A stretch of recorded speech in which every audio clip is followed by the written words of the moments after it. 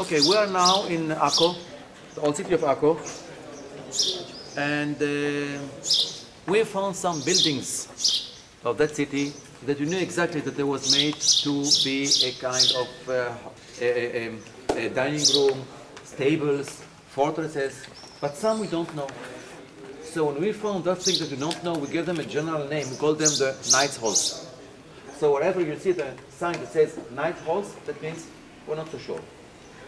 Now, that place on which we are working now was filled all the way up, and on top we had a second city.